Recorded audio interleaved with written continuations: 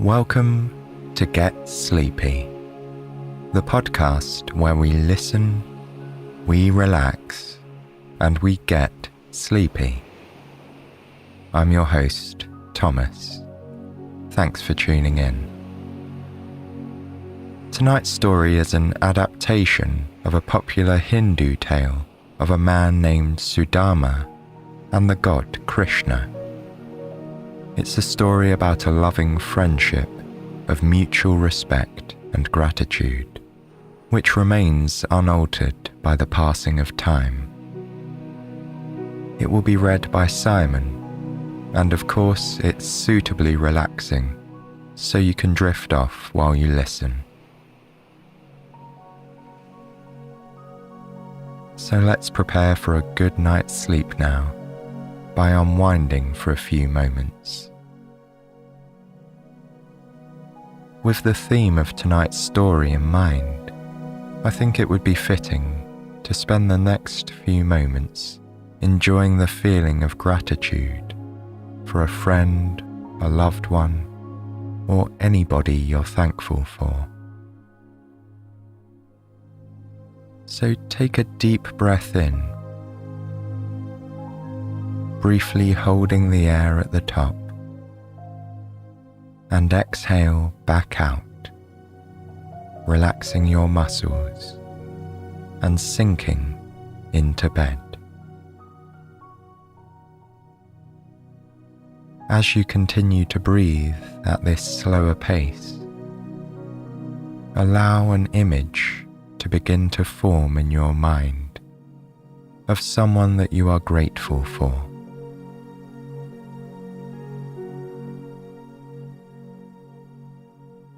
Don't worry if it takes some time. There's no need to rush or to force anything.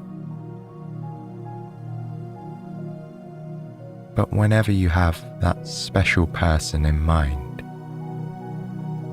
just consider how they make you feel.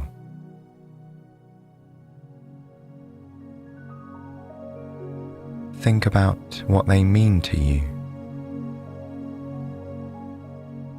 and the ways in which they act or the things they say that make you feel special.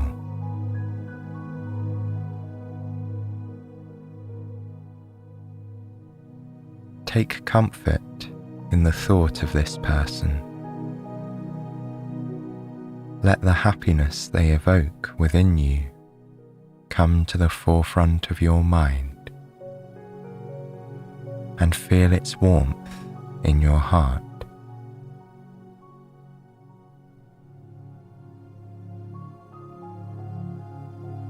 Take another deep breath now, and as you exhale, say thank you. Give gratitude for that person,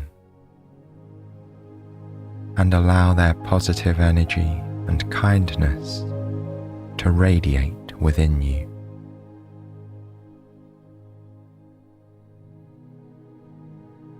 And it's with that sense of love and appreciation that I'll make way for Simon as we turn to tonight's story.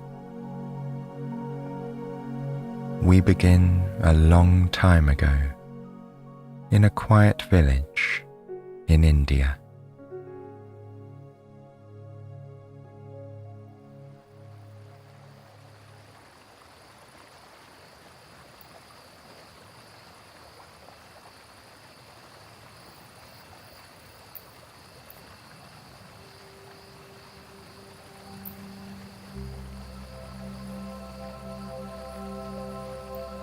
Once upon a time, long, long ago, lived a boy named Sudama. He lived in a village in western India. Sudama was a quiet, serious boy. He spent much of his time studying or walking by the river near his home, lost in his thoughts. Sudama had a soft, gentle presence and he felt most comfortable as a listener or observer. His calming energy was like that of an unrippled pool. He made other people feel peaceful and at ease. His best friend, Krishna, was completely different. If Sudama was a calm pool, Krishna's energy was like a fast-flowing brook. He was cheerful and playful, and always making noise as he played games or pranks or practiced the flute. Wherever he went, he made himself the center of attention with his laughter and his jokes and his lively music. The two friends were not only different in personality, but in background. While Krishna was a god and member of the royal family, Sudama grew up on a farm. But in spite of these differences, the two boys were inseparable. In their youth, Sudama and Krishna studied at an ashram, a monastery in the forest. Here, they spent so much time together that they began to feel as though they were twins. Krishna could finish Sudama's sentences, and Sudama always knew exactly what Krishna was thinking. Their other friends often commented on how the two boys changed when they were together. Sudama became more confident, while Krishna seemed calmer. And in each other's company, both were happier and full of hope and joy for the future. Sudama and Krishna made plans about what they would do after they finished their studies at the ashram. They vowed to go on adventures together, traveling across the country. But after they left the ashram, life took them in different directions. Over time, one river divided into two separate streams. In the following years, Krishna's family duties led him to the city of Dwarka. He got married and became king. Meanwhile, Sudama also got married and returned to his village.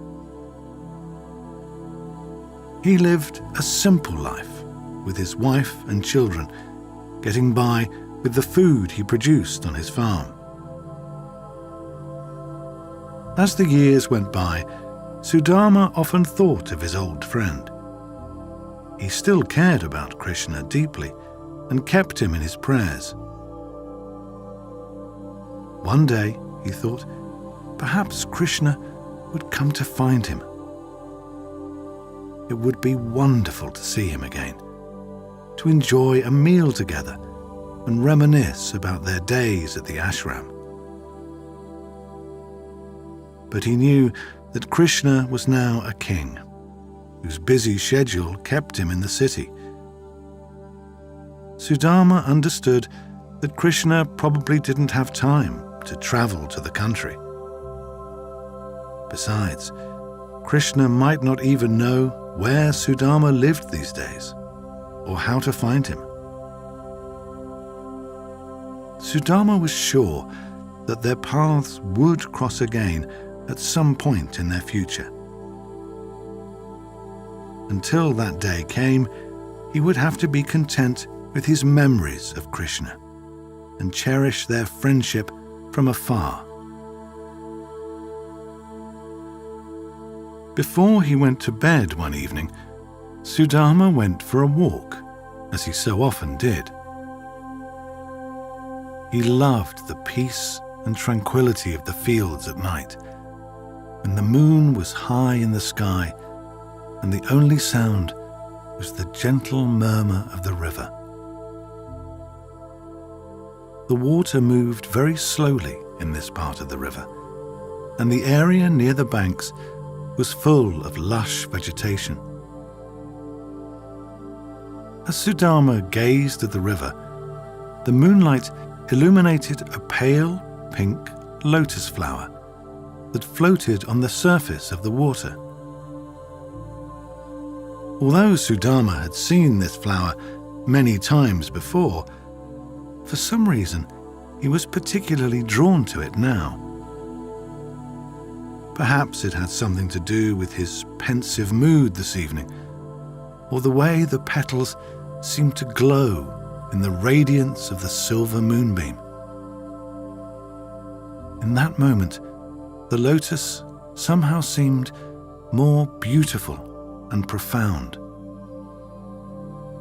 Then Sudama noticed something.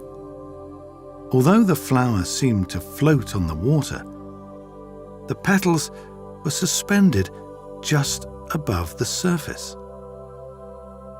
The lotus and the water were so close, yet they didn't touch. A thought came into Sudama's mind. It was just like his friendship with Krishna.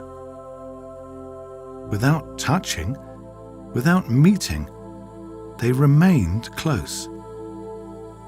Sudama was the calm water, while Krishna was the vibrant flower. When he went to bed that night, Sudama felt a sense of deep comfort and contentment. He fell asleep almost instantly and dreamed beautiful dreams. In these visions, he was transported back to the idyllic days of his childhood. He was roaming the woods with Krishna, who played enchanting melodies on his flute.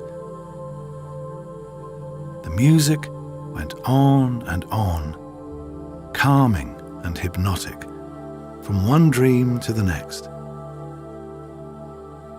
The following morning, Sudama awoke with his mind already made up. It was as though he'd decided in his sleep. He would travel to the palace in Dwarka and see Krishna once again. Although he knew they would always remain close no matter what, a reunion was long overdue. Before he set off on his journey, Sudama said goodbye to his children and his wife, Sushila.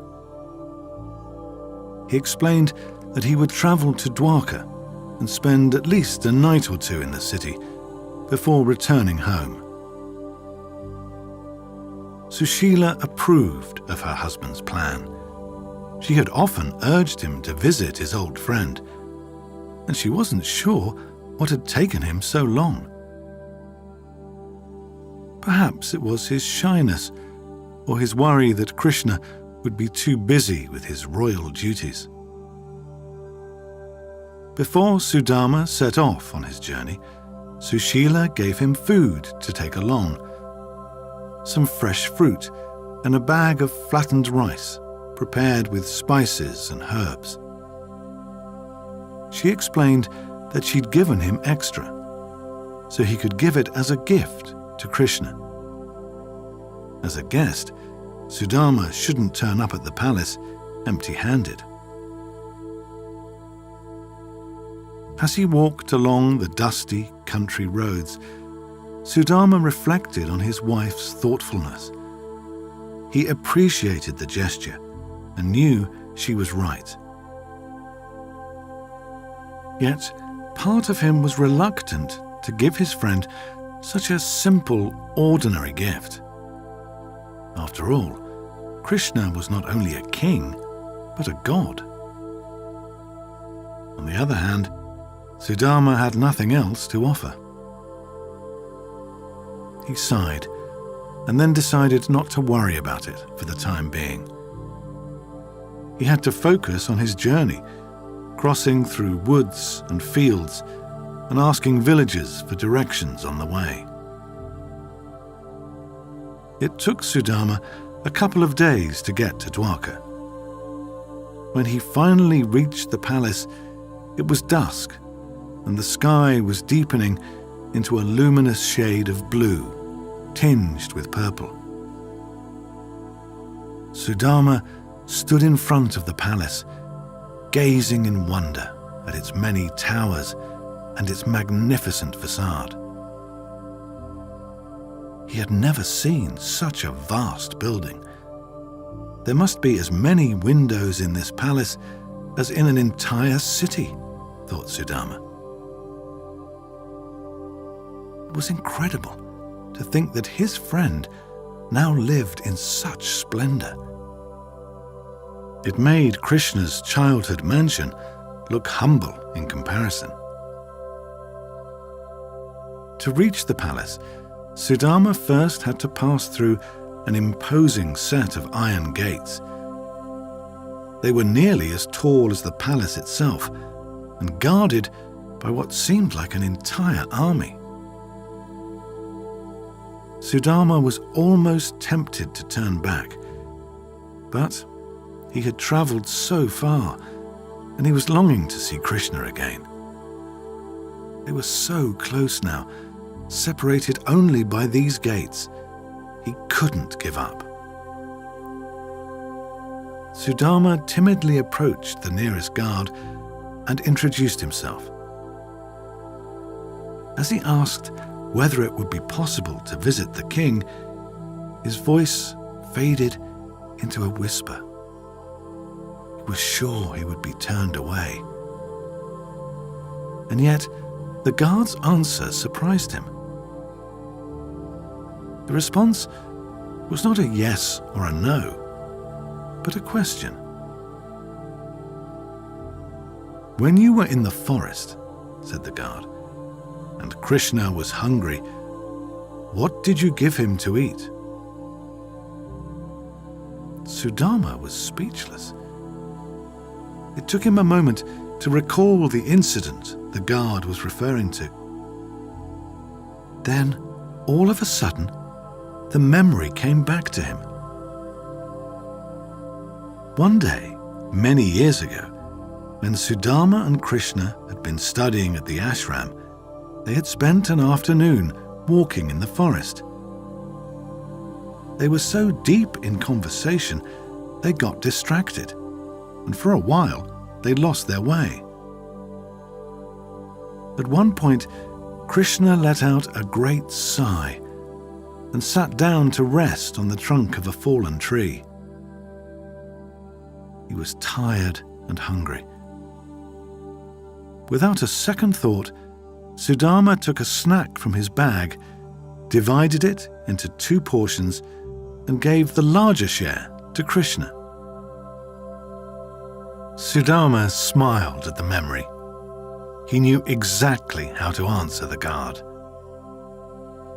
"When Krishna was hungry," said Sudama, "I gave him flattened rice with coriander, chilies, and nuts." The guard nodded. From this answer, he knew that the visitor was Sudama.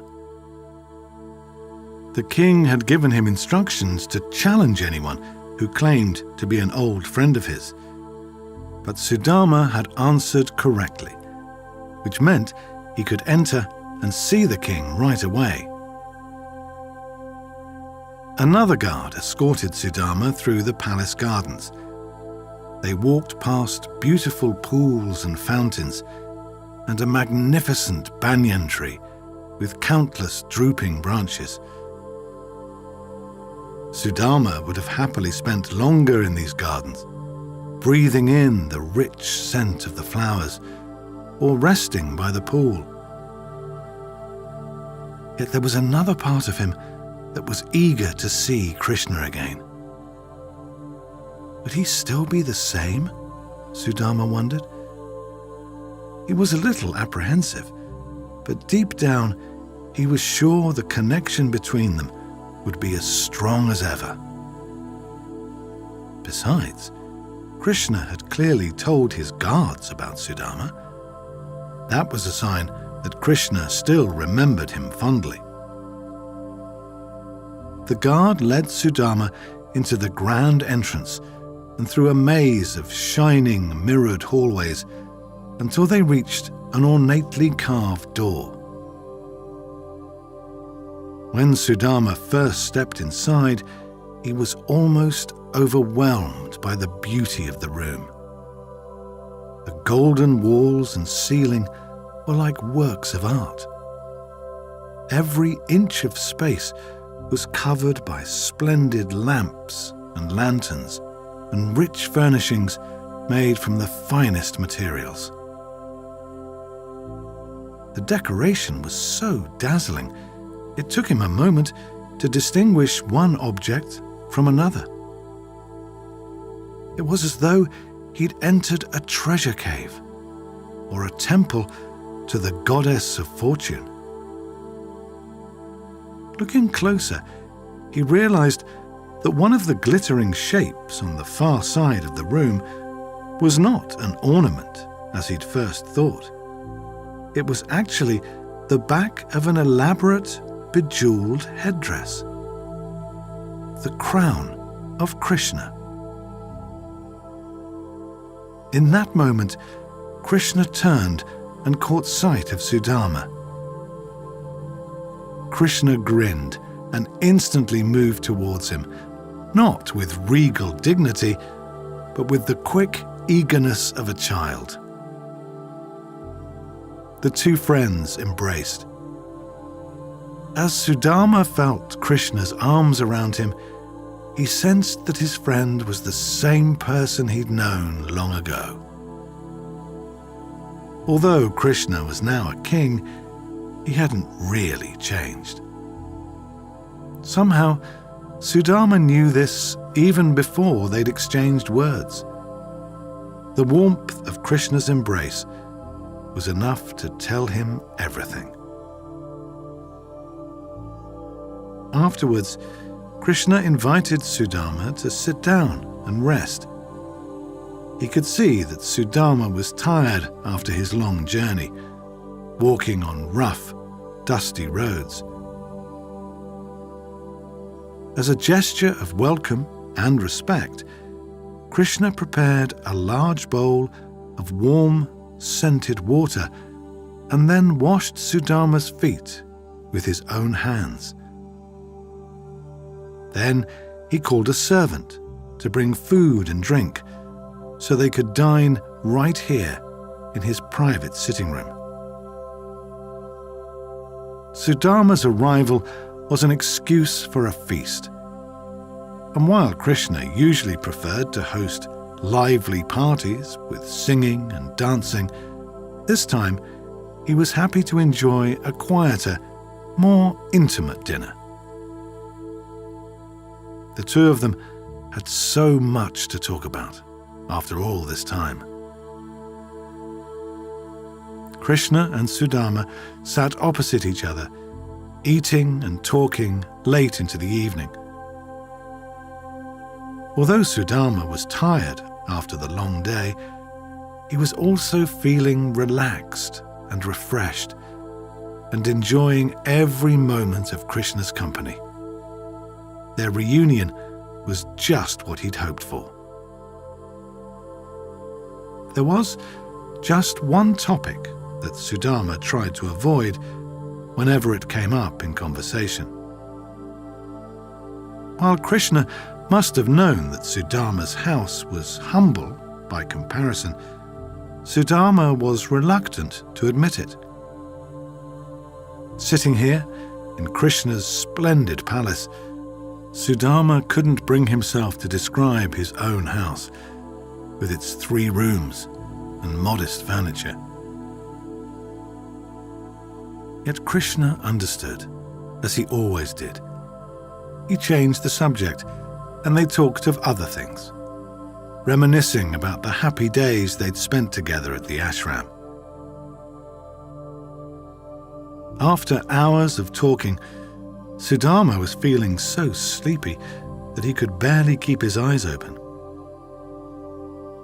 He was just about to leave when Krishna surprised him with an unexpected question. Had Sudama brought a gift for his host? Krishna asked the question in his usual light, playful tone of voice. He was probably joking, thought Sudama. Nonetheless, he felt he had to give Krishna something. So, feeling a little embarrassed, Sudama gave Krishna the cloth bag containing the flattened rice he'd brought from home. It wasn't the most appropriate gift for a king, but it was all he had.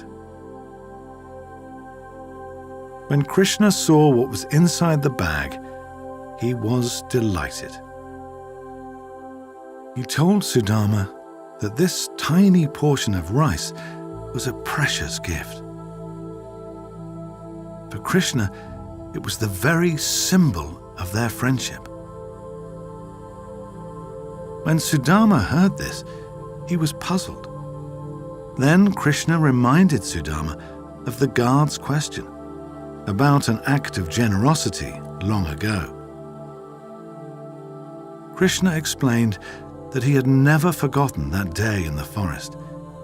He'd been so tired and hungry, and without the slightest hesitation, Sudama had offered Krishna the larger share of his food, a portion of flattened rice.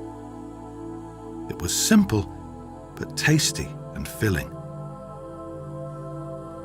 Now, once again, Sudama was offering to share his rice with Krishna. The circumstances were different, but Krishna was still grateful for his friend's kindness. Although Sudama was pleased by Krishna's reaction, he was still confused. Krishna lived in a palace and had just treated him to a delicious feast. Why was he so delighted by a simple dish of rice? Still, Sudama was relieved that his humble gift had been received so well. He needn't have worried after all. That night, Sudama slept in one of the guest rooms in the palace. This beautiful chamber looked out over the moonlit gardens, and the trickling water of the fountains could be heard through the open window. The four-poster bed had a soft, thick mattress and translucent silk curtains that moved gently in the night breeze. Sudama felt deeply happy after his joyful reunion with Krishna, and very sleepy after his journey. Although he wanted to stay awake just a bit longer to appreciate his luxurious surroundings, he couldn't keep his eyes open. With a smile on his lips, he fell fast asleep. Sudama stayed at the palace for a few more nights, but at last he decided that it was time to head home. Sudama's family was waiting for him, and he had work to do on the farm. Although Krishna was sad to see his friend go, he understood completely. Krishna also had his own family and duties to attend to, but he was so happy to have spent this time with Sudama. Next time, said Krishna, perhaps he would come to visit Sudama at his home in the countryside. Sudama laughed and shook his head. He joked that there would be nowhere for Krishna to stay at his house unless he slept outside in the barn. Smiling, Krishna said that he would be happy to stay anywhere. In one way or another, they would see each other again soon. After all, Krishna was a god as well as a king. He would find a way. On the journey home, Sudama reflected on his visit. The last few days with Krishna had been truly special. Dining together, riding through the city, and relaxing in the palace gardens while Krishna played beautiful melodies on the flute. He now had some new memories to treasure forever. As he walked along the country road that led to his village, Sudama was hardly aware of his surroundings. He was lost in his thoughts, daydreaming about his next trip to the city. But as he rounded the bend, he suddenly awoke from his trance. He'd been expecting to see the familiar fields and wooden houses of his village. Yet, instead of fields, there were lush gardens filled with flowers and colourful birds, and lakes with lotus plants. And instead of wooden houses, there was a complex of palaces made from shining marble. Sudama was sure he must be dreaming, or perhaps it was a mirage caused by the heat. It was a warm day, and he was tired after walking for so long. But when he walked into the gardens, he could smell the sweet fragrance of the pink oleander flowers. He could feel the cool spray of the ornamental fountain and hear the birdsong, which sounded just like the music of Krishna's flute. It was all real. When he arrived home, he discovered that his humble farmhouse had been transformed into a grand palace.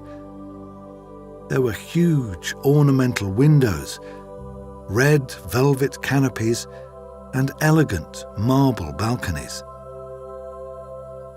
Just as Sudama was gazing up at a balcony, utterly amazed, he caught sight of his wife. Sushila waved to him from the balcony. She now resembled the goddess of fortune, with her vibrantly coloured silks and opulent golden jewellery. Sudama was lost for words. But before he could say anything, Sushila explained everything by uttering one word: Krishna. At last, Sudama understood. This miraculous transformation was Krishna's doing. It was the god's way of thanking Sudama for his friendship. That night, Sudama settled down in his new bed.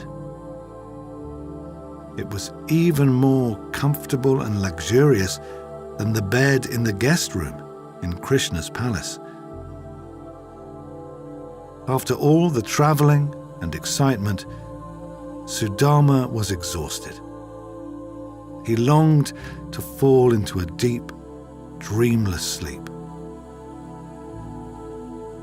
Before he drifted off, there was just one thing left to do. He closed his eyes, took a deep breath in, and thanked Krishna with all his heart. He thanked him for the gift of his new home and the gift of eternal friendship. And then, once again, he fell asleep with a smile on his lips.